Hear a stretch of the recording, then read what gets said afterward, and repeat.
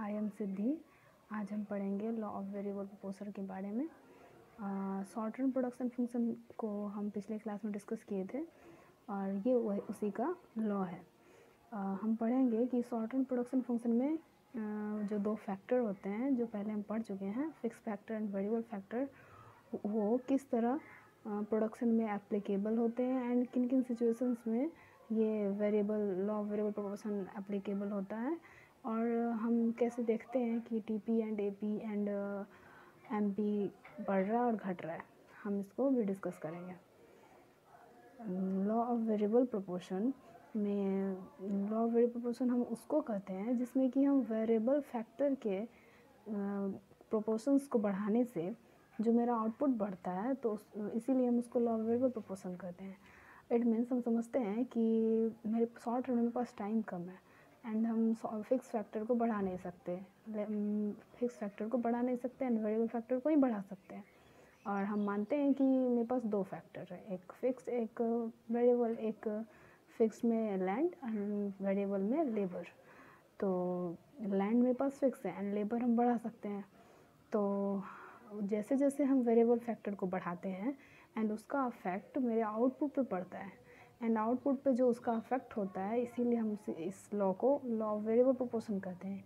क्योंकि variable factor के varying proportion से जो आउटपुट पे अफेक्ट पड़ता है, तो उससे हम इसको लॉ ऑफ वेरिएबल प्रोपोर्शन कहते हैं। हम देखते हैं कि इस लॉ में production function with one factor variable keeping the quantities of other factor fixed. It means एक factor variable and second fixed है एंड इसमें हम इनपुट और आउटपुट के रिलेशन को बताते हैं। एक फैक्टर के क्वांटिटी में वेरिएशन करने से मेरे आउटपुट में क्या अफेक्ट पड़ता है, तो हम वही बताते हैं एंड इसको लॉ ऑफ डिमिनिशिंग रिटर्न भी कहते हैं। ये हम आगे पढ़ेंगे और हम समझेंगे भी। तो हम जानते हैं कि डिफरेंट इकोनॉमिस्ट इस लॉ को कैसे डिफाइन किए और क्या बताने की कोशिश कर रहे थे। Definition है, as equal increments of one inputs are added, the inputs of other productive services being held constant beyond the certain point, the resulting increments of product will decrease, the marginal products will diminish. Stealer कहते हैं कि जब हम एक input में equal increment कर रहे हैं एंड अदर प्रोडक्टिव जो इनपुट है उसको हम कांस्टेंट रखते हैं, तो एक सर्टेन लिमिट के बाद मेरा टोटल प्रोडक्ट घटने लगता है, एक बढ़ता है पर डिक्रीजिंग रेट से बढ़ता है एंड मार्जिनल प्रोडक्ट भी घटने लगता है। और फिर बेनहम भी यही कहते हैं कि एक पॉइंट के बाद एक पॉइंट के बाद वन फैक्टर के प्रोपोर्शन को हम बढ़ा रहे हैं, तो एक पॉइंट के बाद मेरा मार्जिनल एंड एवरेज प्रोडक्ट दोनों घटने लगेगा। तो ऑल इन ऑल हम यही समझते हैं कि जब हम फिक्स फैक्टर को फिक्स रखते हैं एंड वेरिएबल फैक्टर को बढ़ाते हैं, तो उससे जो मेरे टोटल प्रोडक्ट पे अफेक्ट पड़ता है तो वो बढ़ता है एंड घटता भी है। लेकिन कब और कैसे ये हम आगे बढ़ेंगे, लेकिन इस लॉ को पढ़ने से पहले हम एजम्पशन क्लियर करेंगे। एजम्पशन क्या है? एजम्पशन मीन्स कंडीशन, कि ये लॉ किस जगह पे एप्लीकेबल होगा, कैसे होगा, और हम किस किस एजम्पशन को, मतलब क्या क्या मेरे पास होना चाहिए इस लॉ को एप्लीकेबल होने के लिए। अगर ये चीज़ नहीं होंगे तो ये लॉ एप्लीकेबल नहीं होगा। तो इसलिए assumption is most important for the theory. First assumption है, the state of technology is assumed to be given and unchange. It means technology जो है वो माना गया है कि वो अनचेंज्ड होता है, वो चेंज नहीं होता है। जैसे हम लॉ ऑफ वेरिएबल प्रोपोर्शन को लैंड पे अगर देख रहे हैं, लैंड पे एग्रीकल्चर कर रहे हैं, तो हम देखेंगे कि वहाँ पे टेक्नोलॉजी इम्प्रूव नहीं कर रहा है, टेक्नोलॉजी वही है, तभी हम इस लॉ को देख पाएंगे। वरना अगर इम्प्रूव करता है टेक्नोलॉजी तो फिर तो लॉ ऑफ वेरिएबल प्रोपोर्शन काम ही नहीं करेगा। वहाँ पे ना मार्जिनल प्रोडक्ट घटेगा ना ही टोटल प्रोडक्ट घटेगा, बल्कि और टोटल प्रोडक्ट तो बढ़ने लगेगा। तो इसलिए टेक्नोलॉजी को स्थिर माना गया है। तो अगर टेक्नोलॉजी स्थिर है तो ही law of variable proportion applicable होगा। एंड सेकंड है, there must be some inputs whose quantity is kept fixed.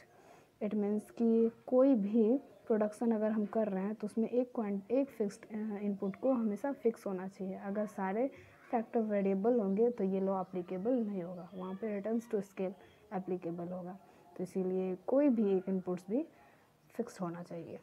And third assumption है, this law is based upon the possibility possibility of varying the proportion in which the various factor can be combined to produce a product. It means हम जो product produce कर रहे हैं उसमें दो factor के combination का यूज़ कर रहे हैं, एक फिक्स्ड एंड एक वेरिएबल। तो जो दो फैक्टर का यूज़ कर रहे हैं, एक फिक्स्ड एंड एक वेरिएबल, तो इन दोनों में से जो फिक्स्ड का जो फिक्स तो फिक्स ही है, एंड जो वेरिएबल का जो प्रोपोर्शन है वो हमेशा हम वेरिंग प्रोपोर्शन यूज़ करेंगे, not fixed proportion. It means जैसे कि हम पहले एक बढ़ाए, फिर 2 बढ़ाए, फिर 3 बढ़ाए, ये हुआ वेरिंग प्रोपोर्शन। एंड ये हुआ फिक्स प्रोपोर्शन में पहले 1 बढ़ाए, फिर अगले बार भी 1 ही बढ़ाए वेरिएबल फैक्टर को, एंड फिर थर्ड बार भी 1 ही बढ़ाए, तो ये फिक्स प्रोपोर्शन है। अगर फिक्स प्रोपोर्शन से हम वेरिएबल फैक्टर के कम्बिनेशन को बढ़ाते हैं तो ये लॉ एप्लीकेबल नहीं होगा, क्योंकि वहाँ पे प्रोडक्ट तो कंटिन्यूस हो जाएगा, वहाँ पे ना एमपी घटेगा ना बढ़ेगा। जब और इफेक्ट भी नहीं देख सकते हम इसका आउटपुट पे, क्योंकि फिक्स फैक्टर है ही, लेकिन वेरिएबल फैक्टर को जैसे जैसे हम वेरिंग प्रोपोर्शन में बढ़ाते हैं तो मेरे आउटपुट पे उसका इफेक्ट पता चलता है। तो ये लॉ वहीं काम करेगा जहाँ पे कि हम वेरिंग प्रोपोर्शन को यूज़ करते हैं। देन अब हम बात करेंगे लॉ ऑफ वेरिएबल प्रोपोर्शन के स्टेजेस के बारे में। एंड स्टेजेस समझने के लिए हमको सबसे पहले डायग्राम समझना होगा कि डायग्राम क्या है, एंड डायग्राम में टीपी कर्व क्या है, एमपी कर्व क्या है, एंड एपी कर्व क्या है, उसमें कैसे हम बढ़ाते हैं घटाते हैं। देखते हैं हम डायग्राम के बारे में। इसमें ओ एक्स पे वेरिएबल फैक्टर को बताते हैं, और ये वाई एक्सिस पे A P M P and यहाँ पे टी पी है। ये टी पी कर्व है और ये ए पी कर्व है और ये एम पी कर्व है, ठीक है। एंड यहाँ से ओ M2 तक फर्स्ट स्टेज है, एंड M2 से M3 तक सेकेंड स्टेज, एंड M3 के बाद थर्ड स्टेज।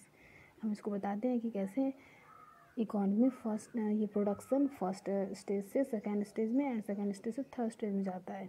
फर्स्ट स्टेज में ये होता है कि जैसे ही हम फिक्स ही फैक्टर है, लेकिन जब हम वेरिएबल फैक्टर को बढ़ाते हैं तो मेरा टोटल प्रोडक्ट पहले तेज़ी से बढ़ता है। इट मीन्स मेरा स्लोप जो है वो इंक्रीजिंग स्लोप है। इंक्रीजिंग स्लोप मीन्स मेरा मार्जिनल प्रोडक्ट भी यहाँ पे बढ़ रहा है।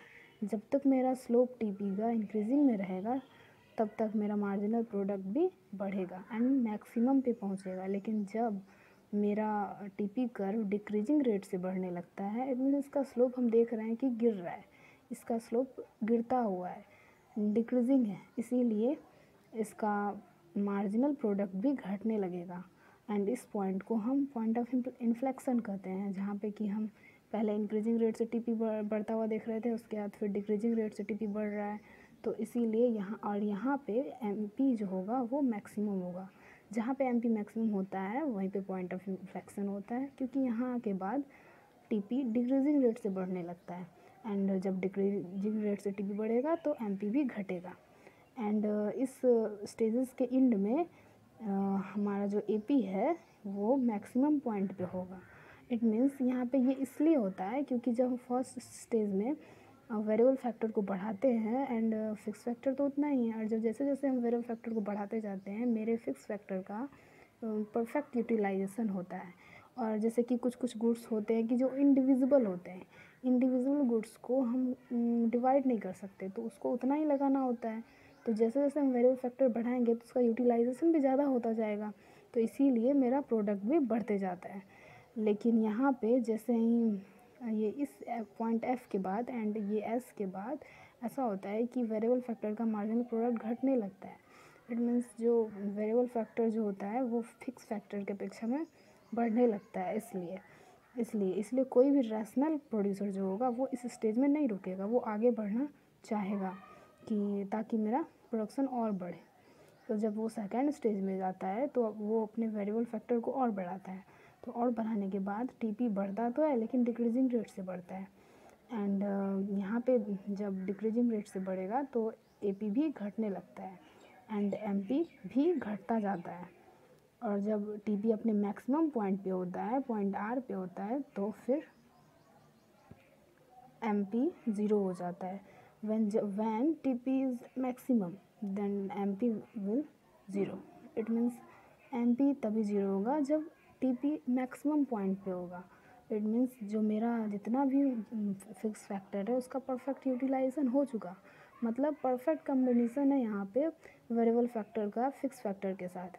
मतलब एक लैंड एक लेबर, एक लैंड एक लेबर। इट मीन्स जैसे हम इंडस्ट्री में देखते हैं तो इंडस्ट्री में एक बहुत सारी मशीनें लगाई गई हैं जो कि फिक्स है, और हम धीरे धीरे वेरिएबल फैक्टर को बढ़ा रहे हैं, लेबर को बढ़ाते जा रहे हैं।